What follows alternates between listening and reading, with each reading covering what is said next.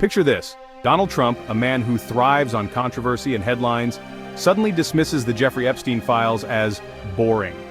It's a word you'd never expect from someone who's built his brand on drama, intrigue, and shaking up the establishment. Trump, who's never shied away from a media storm, now seems eager to step out of this particular spotlight. These are the same files that have captivated the nation for years. Files filled with secrets, speculation, and the names of the rich and powerful. For months, people have demanded answers, hoping these documents would finally shed light on one of America's darkest scandals. Yet Trump wants nothing to do with them, brushing them off as if they're yesterday's news. He even went so far as to tell his supporters to drop the topic entirely, calling it a waste of time and labeling the whole thing a Democratic hoax. This wasn't just a passing comment. It was a clear directive to move on, to stop digging, and to trust his judgment over their curiosity. The shock was immediate. After all, Trump had once hinted at explosive revelations, promising transparency and vowing to expose the truth behind the Epstein saga. He'd built anticipation, fueling speculation that he would be the one to finally pull back the curtain. Now, in a stunning reversal, he was dismissing the very story his base had become so passionate about. The same people who had rallied behind him, believing he would deliver answers, were left feeling ignored and confused.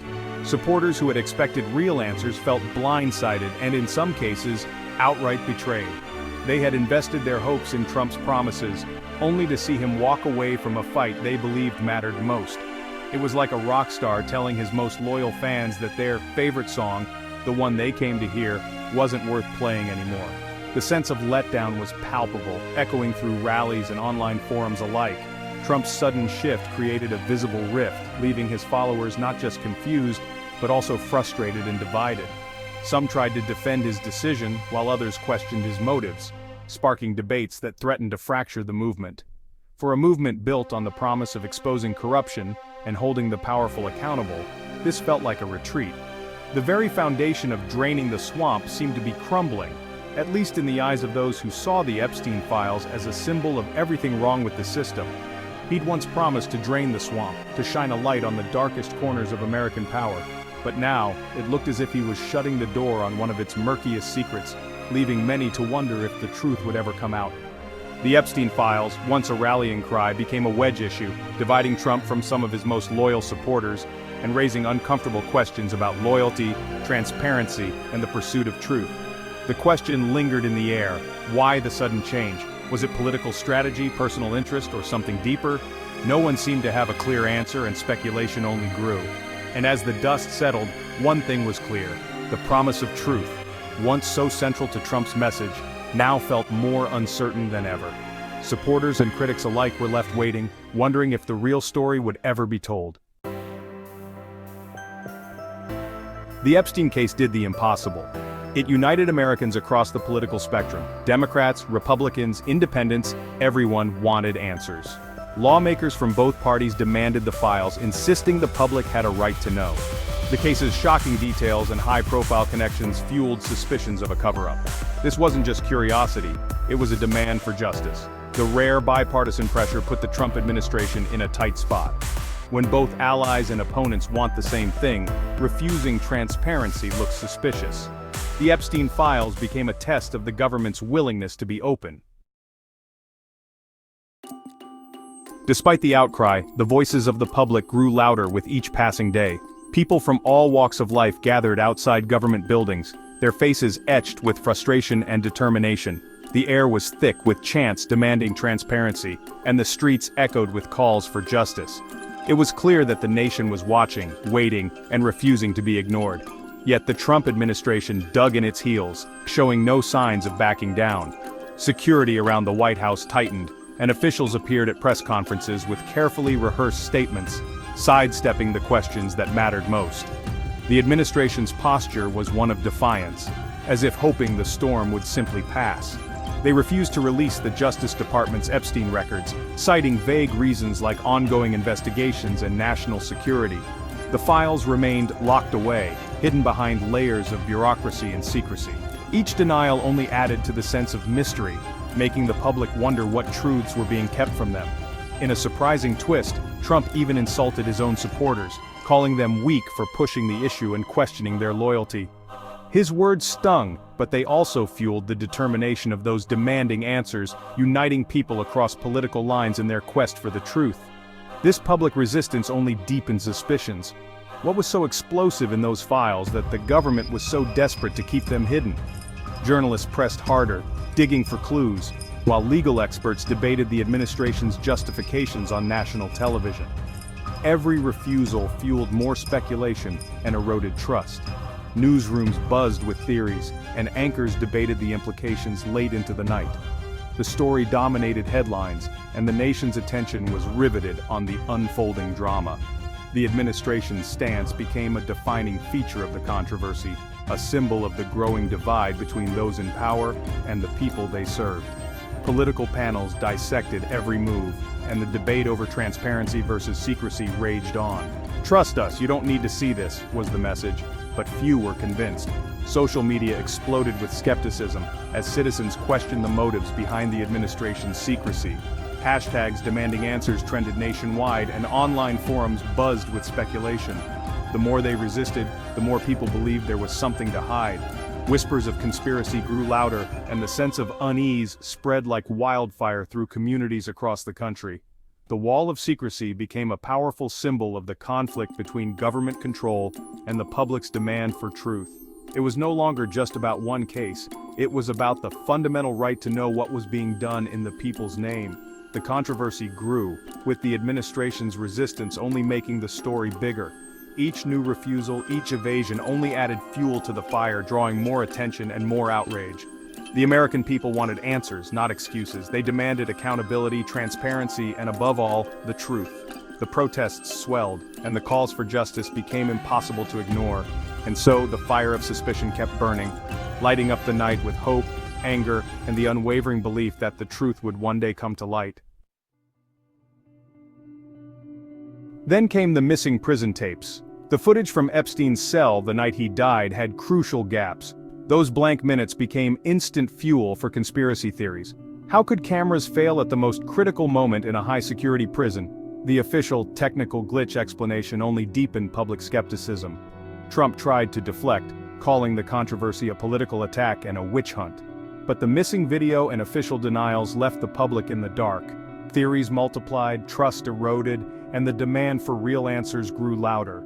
The mystery was no longer just about Epstein's crimes, but about the secrets that may have died with him. The whispers in the dark became a roar. The truth seemed further away than ever. The Epstein files didn't just split Trump from his base, they fractured the Republican Party. Some House Republicans, pressured by constituents, called for transparency.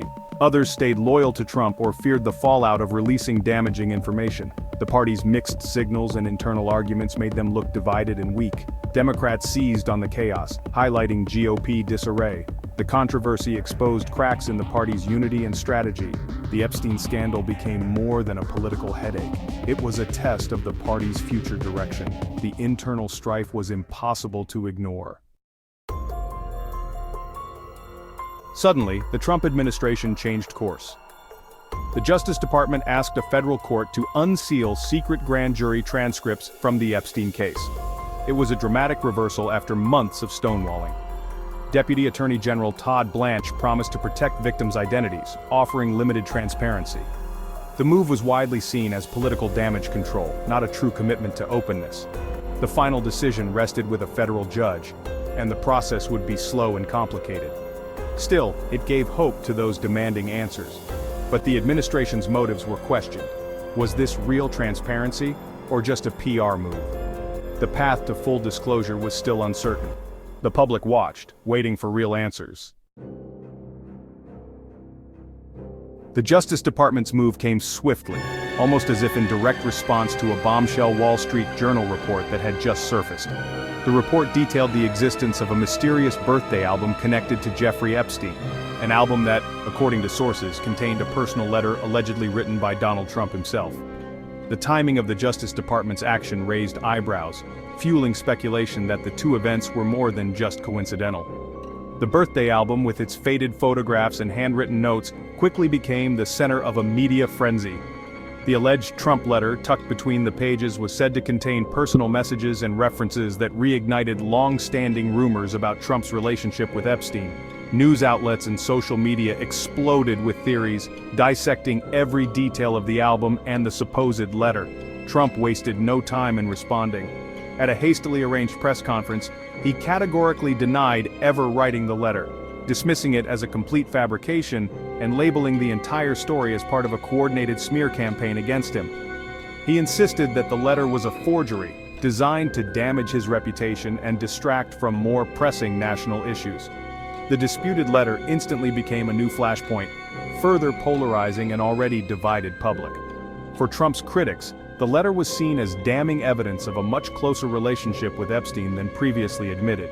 They argued that the contents of the album, if authentic, could reveal uncomfortable truths about Trump's past associations and raise serious questions about his judgment and character. For his supporters, however, the story was just another example of so-called fake news, a desperate attempt by the media and political opponents to undermine the administration. They rallied behind Trump, echoing his claims of a witch hunt and dismissing the letter as nothing more than a manufactured controversy. In the midst of the uproar, the administration made a calculated move. By requesting the unsealing of court transcripts related to the Epstein case, Trump aimed to project an image of transparency and proactivity. The hope was to shift the public's focus away from the personal scandal and back onto the legal process, demonstrating a willingness to let the facts speak for themselves. Yet, the timing of these actions did not go unnoticed. The rapid sequence of events made it clear that pressure was mounting on the administration from all sides. The controversy was not just a distraction, it was a crisis that threatened to spiral out of control. Whether the letter was real or a clever forgery, its mere existence turned up the heat on the White House. The shadows of doubt and suspicion grew longer as both supporters and detractors dug in their heels. Inside the White House, officials scrambled to regain control of the narrative, holding urgent meetings and crafting new strategies to contain the fallout. The administration knew that how they handled this moment could shape public perception for weeks, if not months to come. Even with the Justice Department's request, the administration made it clear, most Epstein files would stay secret. Only select grand jury transcripts might be released, and only after a lengthy legal process. Everything else, FBI reports, internal memos, remained locked away. The promise of transparency was limited from the start. Redactions and legal reviews meant the public would see only fragments, not the full story. The slow, frustrating trickle of information left the biggest questions unanswered. The appearance of openness masked a reality of continued secrecy. The public's wait for real answers dragged on. In the end, the Trump administration's handling of the Epstein files left the nation in limbo. Initial resistance, then a half step toward transparency, neither side was satisfied. Supporters felt betrayed, critics saw more evidence of a cover-up. The limited release of documents, if it ever happened, would never tell the whole story. The public still didn't know the full truth about Epstein's network or his death. The information vacuum fueled endless speculation and distrust. The case became a symbol of eroding trust in government transparency. As long as key files stayed locked away, faith in the system crumbled. The wait for closure dragged on, with no end in sight. The story of Trump, his base, and the Epstein files remained unfinished. The nation was left wondering what secrets were still hidden in the dark.